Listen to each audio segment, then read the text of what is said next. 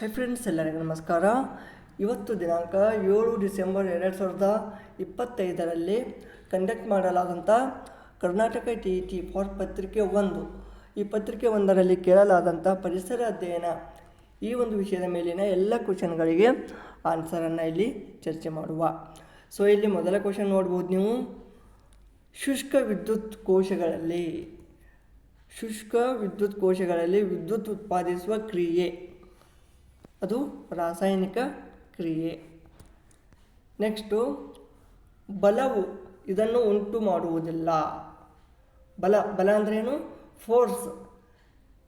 Force ಇದು ಭೌತ ಸ್ಥಿತಿಯಲ್ಲಿ ಬದಲಾವಣೆ ಇದನ್ನು ಮಾಡೋದಿಲ್ಲ. ನೆಕ್ಸ್ಟ್ ಭೂಮಿಯ ಅತ್ಯಂತ ಹೊರಕವಚ ತೊಗಟೆ. ನೆಕ್ಸ್ಟ್ ಶಬ್ದದ ಸ್ಥಾಯಿಯು ಇದನ್ನು ಅವಲಂಬಿಸಿದೆ, ಆವೃತ್ತಿ. ನೆಕ್ಸ್ಟ್ ಬೆಳಕಿನ ಪ್ರತಿಫಲನಕ್ಕೆ ಸಂಬಂಧಿಸಿದಂತೆ ಸರಿಯಾದ ರೇಖಾಚಿತ್ರ. So option number 2.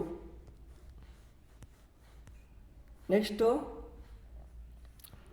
6ರಷ್ಟು ಪರಿಮಾಣದ ಭೂಕಂಪವು 4ರಷ್ಟು ಪರಿಮಾಣದ ಭೂಕಂಪನಕ್ಕಿಂತ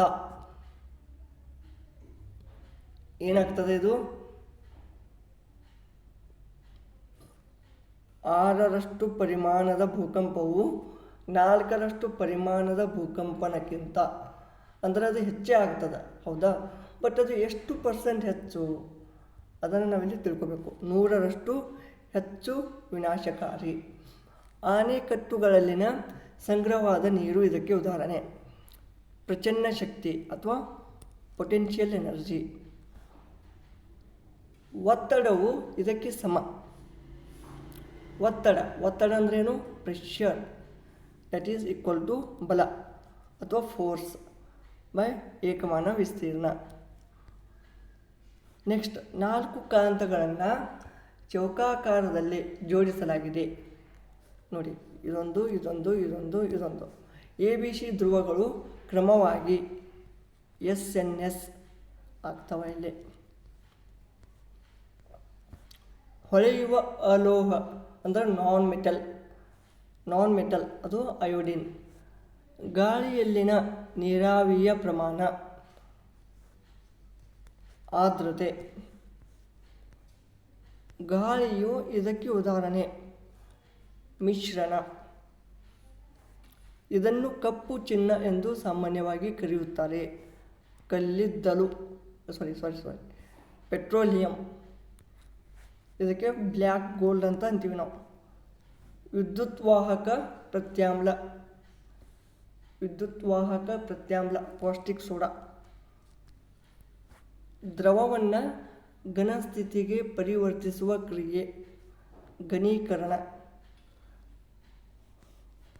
ಎಸಿಟಿಕ್ ಆಮ್ಲವು ಬೇಕಿಂಗ್ ಸೋಡಾದೊಂದಿಗೆ ವರ್ತಿಸಿದಾಗ ಬಿಡುಗಡೆಯಾಗುವ ಅನಿಲ CO2.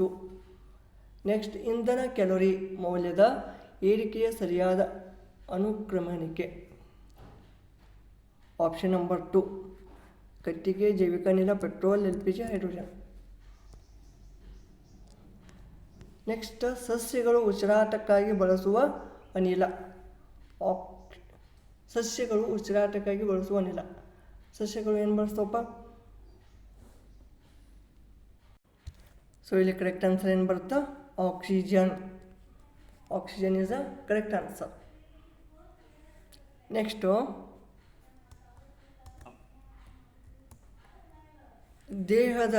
ದೇಹ ನಿರ್ಮಾಣಕಾರಕ ಆಹಾರ ಯಾವುದಪ್ಪ?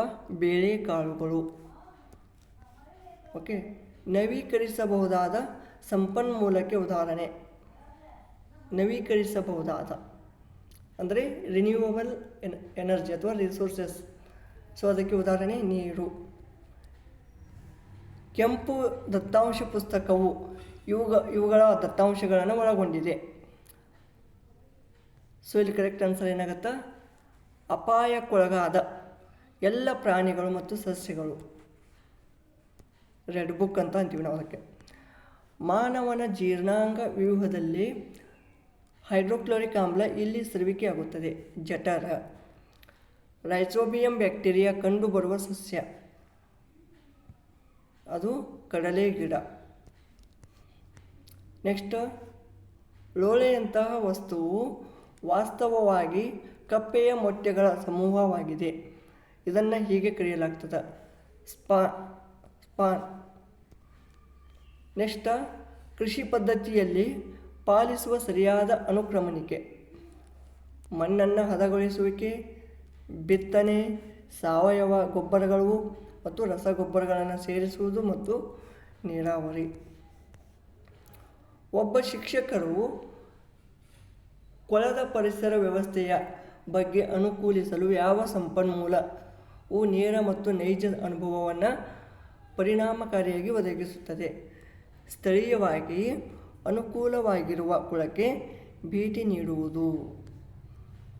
ನೆಕ್ಸ್ಟ್, ಪರಿಸರ, ಇದು ಸಂಯೋಜಿತ. ಪರಿಸರ ಅಧ್ಯಯನ ಪಠ್ಯವಸ್ತು, ಇದು ವಿಷಯಾಧಾರಿತ ಸ್ವಭಾವ. ನೆಕ್ಸ್ಟ್, ಸಂಪನ್ಮೂಲ ವಿಧ ಮತ್ತು ಉದಾಹರಣೆ ಇವುಗಳನ್ನು ಹೊಂದಿಸಿ ಬರೆಯಿರಿ. ಇದಾಗತ್ತೆ, ಆಪ್ಷನ್ 2 ಆಗುತ್ತೆ. ಸಮುದಾಯ, ಅಂಚೆ ಕಚೇರಿ, ಸಂಸ್ಥೆ, ಸ್ಥಳೀಯ ಕುಂಬಾರ, ಮಾಧ್ಯಮ, ವೃತ್ತಪತ್ರಿಕೆಯ ಬರಹದ ತುಣುಕು, ಪ್ರಕೃತಿ, ಶಾಲಾ ತೋಟ.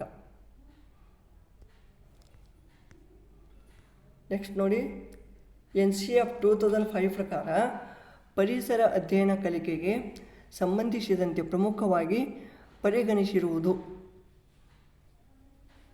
ಅದು ಆಪ್ಷನ್ 3 ಬರುತ್ತೆ.